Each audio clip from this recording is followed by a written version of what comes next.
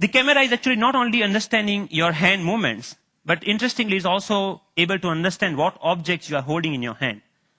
What we are doing here is actually, for example, in this case, the book cover is matched with so many thousands of, or maybe millions of books online, and checking out which book it is. Once it has that information, it finds out more reviews about that, or maybe New York Times had a sound overview on that, so you can actually hear on a physical book as a review of a sound. Gave a famous talk at Harvard University. This was Obama's last visit last week to MIT.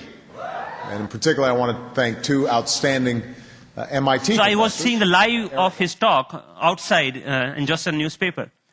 Your newspaper will show you live of your weather information rather than having updated like you have to check your computer in order to do that, right?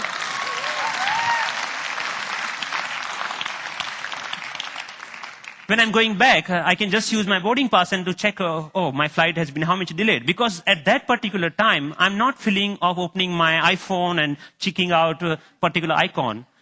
And I think this technology will not only change the way, yes, it will change the way we interact with people also, not only the physical world. The fun part is like I'm going to Boston Metro and playing Pong game inside the train on the ground, right? And I think the imagination is the only limit of what you can think of when this kind of technology merging with the real life. But many of you argue, actually, that all of our work is not only about physical objects. We actually do all lots of accounting and paper editing and all this kind of thing. What about that? And many of you are actually excited about the next generation tablet computers to come out in the market.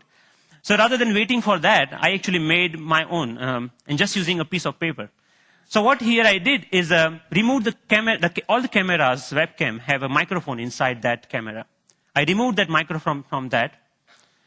And that, just pinch that, like just make a clip out of that microphone and clip that to a piece of paper, any paper that you found around.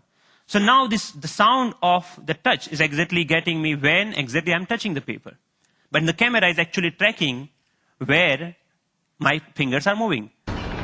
You can, of course, watch movies. Good afternoon. My name is Russell, and I am a wilderness explorer in Tribe 54. And you can, of course, play games. Here the camera is actually understanding how you're holding the paper and playing the car racing game.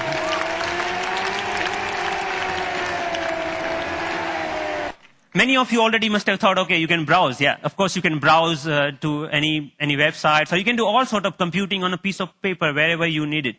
So, but more interestingly, I'm interested that how we can take that in a more dynamic way. When I come back to my desk, I can just pinch that information back to my desktop so that I can use my full-size computer. And why only computers? We can just play with papers. Like paper world is interesting to play with. So here I'm taking a part of a document and putting over here the second part of from second place. And I'm actually modifying the information that I have over there. Yeah, and then I'm saying, okay, this looks nice. Let me print it out, that thing. So I have a now printout of that thing. And now, so the workflow is more intuitive the way that we used to do before, maybe 20 years back, rather than now switching between these two worlds.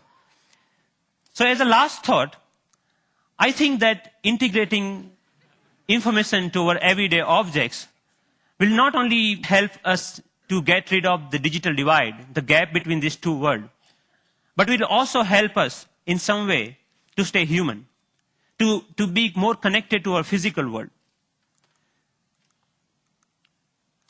And it will actually help us not end up being machines sitting in front of another machines. So that's all. Thank you.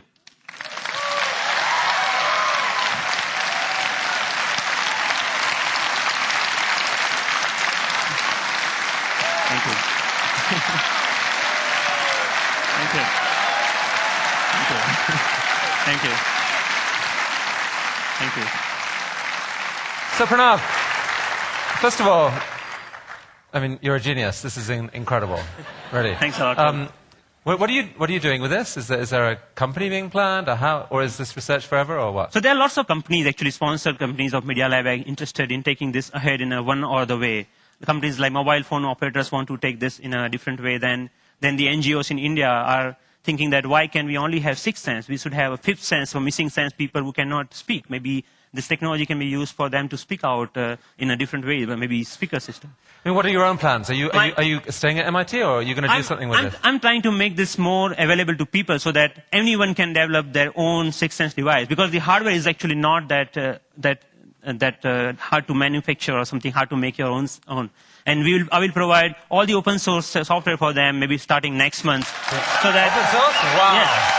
Wow.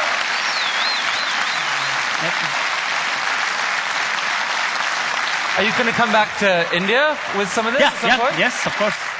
What are your plans? MIT, India, how are you going to split your time going forward? There is a lot of energy here, lots of learning. Like all of this work that you have ever seen is all about my learning in India. And now even if you see, it's more about the cost effectiveness. This system costs you $300 compared to the like $20,000 of Surface tables or anything like that. Or maybe even the $2 mouse, just a system, at that time was costing around like $5,000. So we actually, I showed that to, in one of the conference to President Abdul Kalam at that time. And then he said, okay, we should use this in Bhabha Atomic Research Center for some use of that.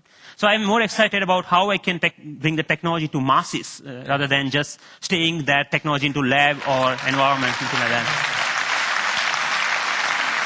Based on the people we've seen at TED, I would say you're truly one of the 2 or 3 best inventors in the world right now. And it's been an honor to have you here at TED. Thank you. Thank you so much. Nice meeting you. It was fantastic.